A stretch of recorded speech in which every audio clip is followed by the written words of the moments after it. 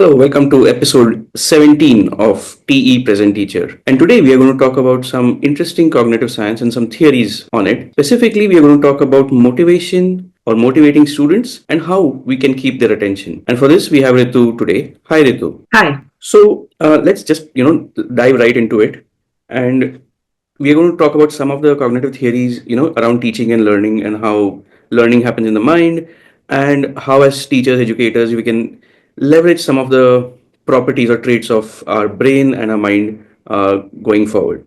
So let's start with both of them. For example, what is it about motivation and attention that is so important?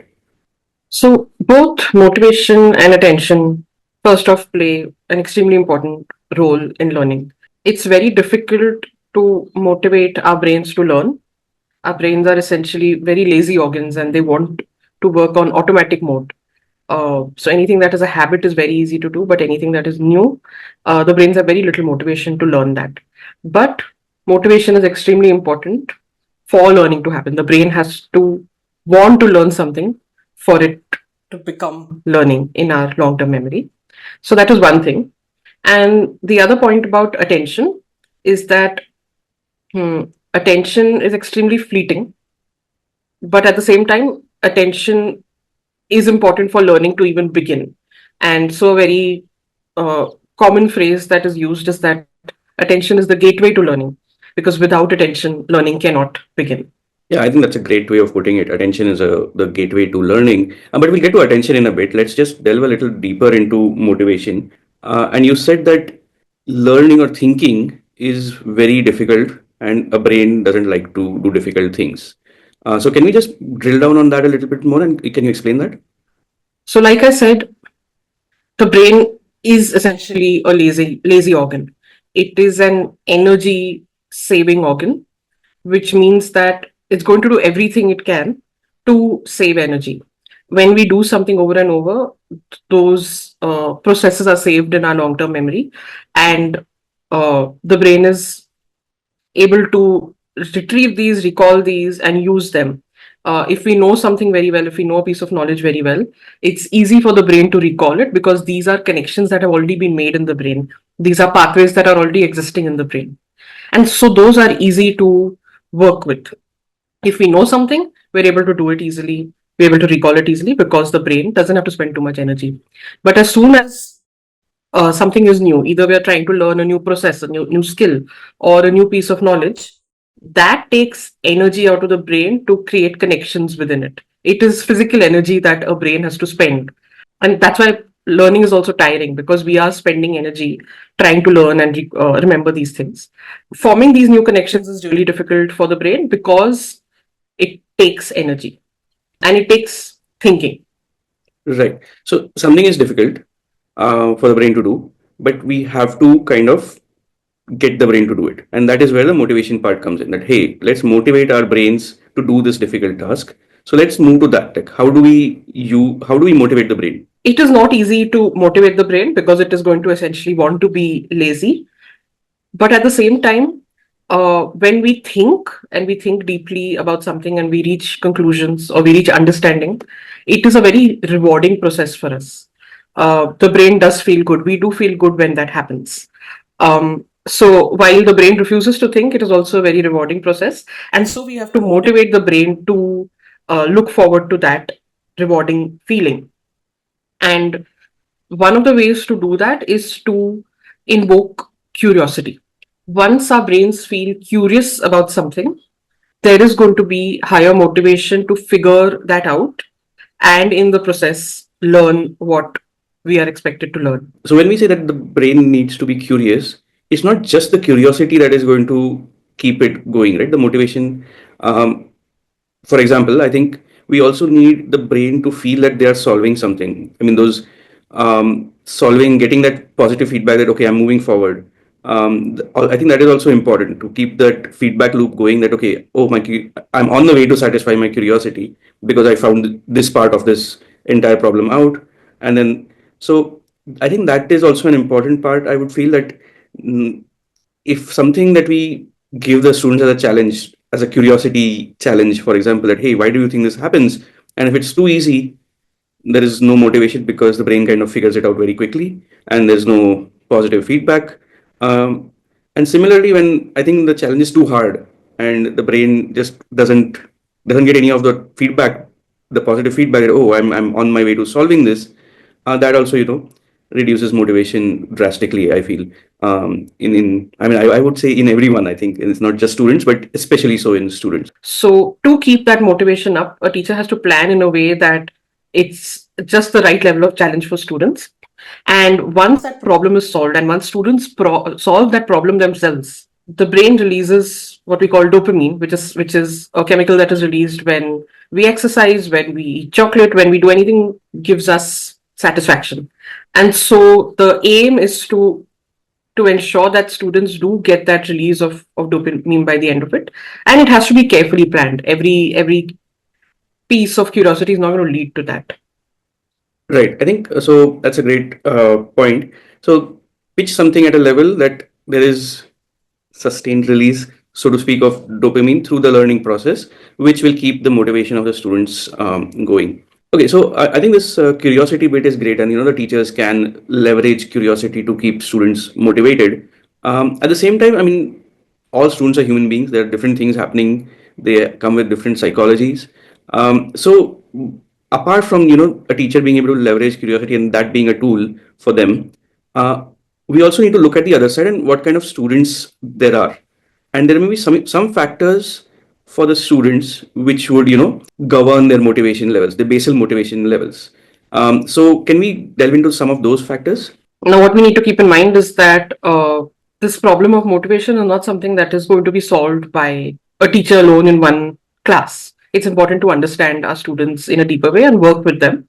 And there's a really great model about motivation that makes it easier to think about what factors might affect motivation. And this model is called the attribution theory of motivation.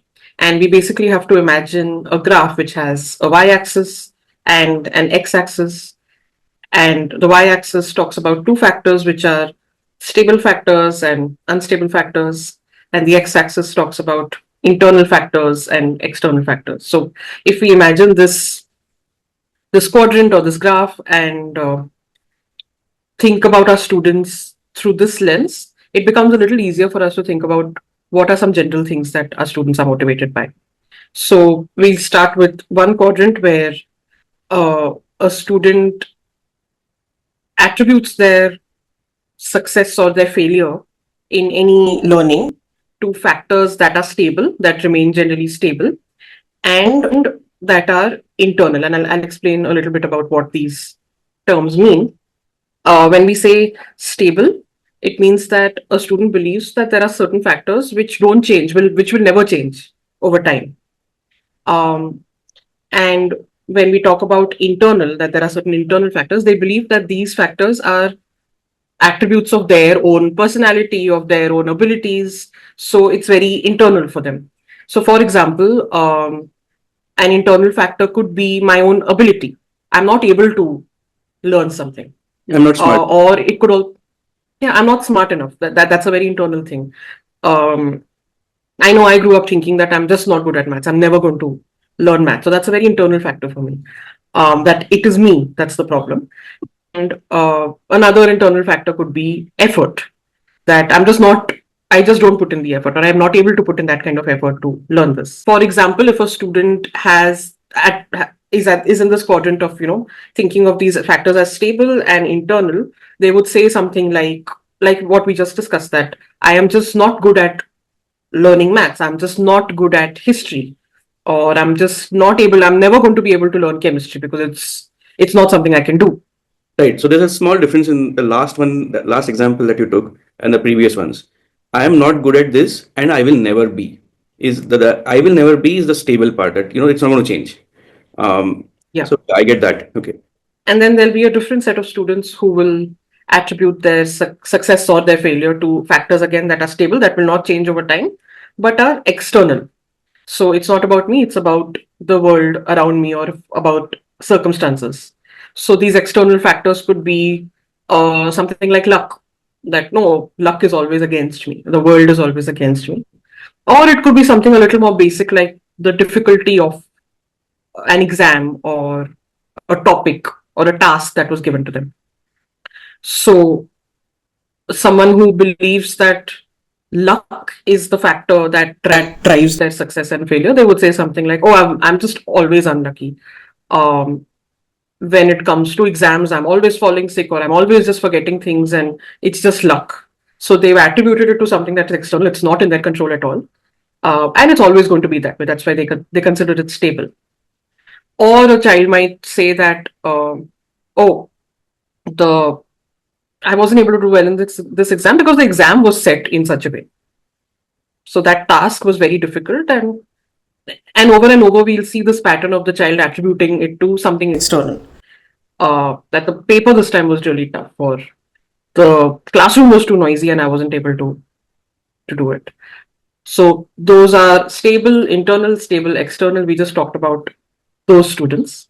And then next we think about students who attribute their success and failure to unstable factors. So if we think about the first set of students, they might believe that there are factors that affect them, but they're changeable, and then they think about these factors as internal. That so a student might say that, "Oh, I'm just not able to learn maths, but I think if someone can explain it better to me, then I'll be able to understand it more." And so they are thinking of it as their own ability or inability to understand a subject, but they also believe that they can learn it and that ability can change. Similarly, if they're attributing it to their effort, "Oh, I just didn't put in enough effort this time, but next time if I put in more effort, I will do better." It means that they're again attributing it to effort, which is an internal factor for them, but it is unstable because they know that they can put in more effort, and their success or failure would change because of that. And finally, there are students who will, again, they'll think of these factors as unstable, but at the same time, external. That, oh, sometimes I'm lucky and I'm able to do well, and sometimes I'm unlucky and I do really badly on my exam. So it's unstable because it keeps changing, and it's external because it's the luck that I am given. Or an interesting example that we've heard of is that a student says that when a teacher likes me, I do well on the exam because they give me better marks, and when a teacher doesn't like me, I do badly on it because they give me fewer marks. So again, it's unstable. It doesn't mean that all teachers don't like me. Some teachers do, some teachers don't, and it's external. It's nothing to do with me. It is about they giving me marks. So students may think of it as unstable, which can be internal and external. Right. I think that's great, and that's a very good way of looking at it, especially when you are then not just looking at a theory of how to motivate students in general, but also understanding the specific kinds of students that may be in your classroom, because you might have to approach each of these students differently. For example, if there is a student who thinks something is internal and unstable, which means building that growth mindset in them is way easier, for them than someone who says that I am this way and this is how it's going to remain. So I think we need to appreciate this difference as well. So thanks. I think that's very useful to know. Hi, we have developed an amazing tool to help teachers plan their lessons, TEPS, or Things Education's pedagogical strategies. TEPS helps teachers by reducing the time that they spend on planning lessons. TEPS also helps you if you want to try a different pedagogical approach to teaching. So, if you want to know how to teach a topic in a project-based or inquiry-based or even constructivist learning approach, TEPS is for you. TEPS helps even seasoned teachers with fresh ideas on how to teach specific topics. So, scan the QR code on the screen or visit teps.school and join a community of empowered educators. Great teaching begins with TEPS. So now that we know a little bit about the theory, the different kind of students that exist, let's now, like we always do, talk about what this actually means in the classroom. Let's start with general aspects of what you can do. So in general, like we discussed a while ago, curiosity is what drives motivation. And so starting your class with a big picture question that is connected to maybe real life, that is something that evokes curiosity in students. Similarly, presenting them with a scenario which evokes emotions in them is also very motivating. They could be positive emotions, they could also be slightly negative emotions, but both are motivating for students. And finally, maybe presenting them with a conflict where they've learned something in their textbook and the world shows something different, or they've believed something to happen in a certain way, but if they look at an experiment and see that it doesn't actually happen that way, that creates a conflict in students' minds, and they want to then their curiosity then wants to figure out why this exists, what is the real answer, what is the real reason. So these are some general strategies to evoke curiosity, to begin motivating students to find answers. And then we come to the more specific aspects of different students, that it's good for all students to be curious, it's good for all students to start from a place of curiosity, but different students will then deal with these situations in different ways depending on what they believe about themselves. And that's the quadrant we talked about, stable and unstable factors, internal and external factors. And so now if we think about each quadrant and really think about what the student is going through in their mind, we can come up with some general strategies to push them along and to make sure that they are feeling that motivation. Right. So let's start with stable and internal. A student thinks that everything is because of something that they have and it's not going to change. Here it's again, like I said, it's very important for a teacher to ask these questions to understand if a student is thinking of these factors as stable or unstable, asking them questions about why they believe that. So something that we've read about and heard about is that a lot of students have heard at home that no, you're just not good at this, or girls are just not good at maths, is something that is a very prevalent belief. And so many girls will grow up believing that they're not good at maths, and many boys will grow up believing that they're not good at languages, because that's what they're hearing in society from people around them. And that becomes a belief. And they believe that that cannot change because I'm a girl and so I'm never going to be good at this. And this is, of course, just one example of what a student might be believing. There may be a lot of different reasons that they believe that this is internal and stable. And so once we understand that this is what they're thinking, for such students, it's very helpful to use strategies that build their growth mindset. And growth mindset is basically what a way of thinking that says that I may not be good at something, I may not have a particular skill, or I may not have the processes set to learn something, but I can learn them because the brain is malleable. There isn't a fixed wiring in our brain that determines that this is the only thing you can learn. Everyone can learn everything given the right environment and circumstances. And so I am able to build this new wiring in my brain, and I will learn it over time. It may not happen immediately, but over time I will learn. I will become better at maths, or I will become better at learning languages. So again, this is just one strategy, but it's a useful strategy to start with for such students. Right. So now, and these could also be things like, working with other students, or, giving them a problem and allowing them to solve it, and they realizing that, hey, I can actually solve this. Oh, I thought I was bad at math, but I could solve this problem. So from there, let's now move to students who think that something is external, the factors that lead to whatever they do is external, and stable. So, my luck is bad, it's always going to remain bad. And for such students who believe that everything is external to them, it's important for them to see that their own abilities, their own efforts are going to lead to different results. That if a student says that my luck is just always bad, exams are always tough, and it's not me, it's the exam, again, giving them opportunities to use their skills, use their knowledge to do well in a particular setting, in a particular project, and letting them see that if they change the amount of effort they're putting in, or their belief about their ability, then their success or failure depends upon that.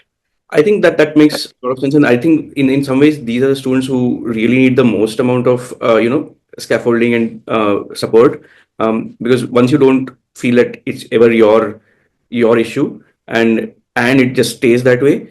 Those are the most difficult students to deal with. So teachers have to be careful of about not completely undermining or overwhelming their psychology also. So I think some things that I mean some specific things that we could think of doing with them is essentially just having conversations and saying that, hey, did you notice that when you put in a little bit of effort, your luck changed? When you said that I don't like MCQs, I only like long answers, but did you notice that you've gotten 7 out of 10 in the MCQs instead of 4 out of 10 just because you had put in that effort? So, and here the external factor in the last example is that the type of question. They always ask MCQs and I can't do well. So I think just speaking about them to these things useful. Okay, so now let's go to the next part, which is something is internal but unstable. And just like I said, that I think the previous group is the most difficult to deal with. Um, I think this group is probably the easiest to. I mean, I won't say easiest, but you know what I mean. That they're the prime for change. Yeah. These students are at a place where it will be easier to convince them that, in fact, they've already convinced themselves that if I just put in more effort, because it's an unstable factor, so it's internal, but it's unstable. That my ability determines how well I do, but it is unstable because sometimes I'm able to do it, sometimes I'm not able to do it. For such students, they are ready to believe that it's something that they can change, and so they already have some aspects of that growth mindset, and giving them a structured way to build that belief, and giving them more and more opportunities to or strategies to build that ability, practice better ways of learning, better ways of retention. All of these things will help them build that growth mindset, and of course then specific strategies to build that growth mindset, to understand that the brain is malleable. It is not something that is stuck and will remain the way it is throughout their life. They're ready for that, and so like you said, these students are probably right there and they just need some push and some structure. Right. And let's not take a lot of time with these students because, like you just mentioned, that these are okay students. They understand what is happening. So let's move to the last group of students where they think that things are out of my control. Basically, it's external, all the factors, but they can change. Right. With these students, I think there are two steps to be taken. I mean, there are two steps broadly, but I think that it's an equally difficult situation where one, they have to start believing that their abilities, their efforts, their approach plays a big role in how they do in an exam, how they do at a project. And so, like you said earlier, building those opportunities for them to see that, hey, when I put in this effort, it didn't matter what my luck was. Mm, I was able to do better. And the instability of the external factors is again something they're going to have to see evidence of, that if I believe that this teacher doesn't like me and so she always gives me bad marks, to see evidence that, hey, when I put in more effort, uh, I did actually get good marks. So it's not external. It is something that I have to work on. And again, this is not an easy group of students to convince. They have certain beliefs about what affects them, and they need to see evidence and they need structure to finally move to that growth mindset. Right. I think that's an important point there. And I think I just want to top this off by saying that all of these things that we've said are pretty generic in the sense of, what will generally work even for these specific groups of students, especially when you're talking about this internal versus external difference. There may be deeper, experiential issues also with the students, which is also important for a teacher to take note of. We can't go into those levels of depth in such a conversation, but there are deep psychological causes also for such thought processes and mindsets that students may have. I mean, we are not brushing it under the carpet. It's just that it's not possible to talk about a lot of these things because it's very, very individual and personal for a lot of these students. I think there is a deeper psychology when it comes to internal and external, that my abilities are just not there. When you're saying it, when then someone thinks that everything is external. Again, there's a lot that could be going on inside the student's mind, which is which has got nothing to do with the classroom. So let's not just say that, hey, do this and it's going to be okay.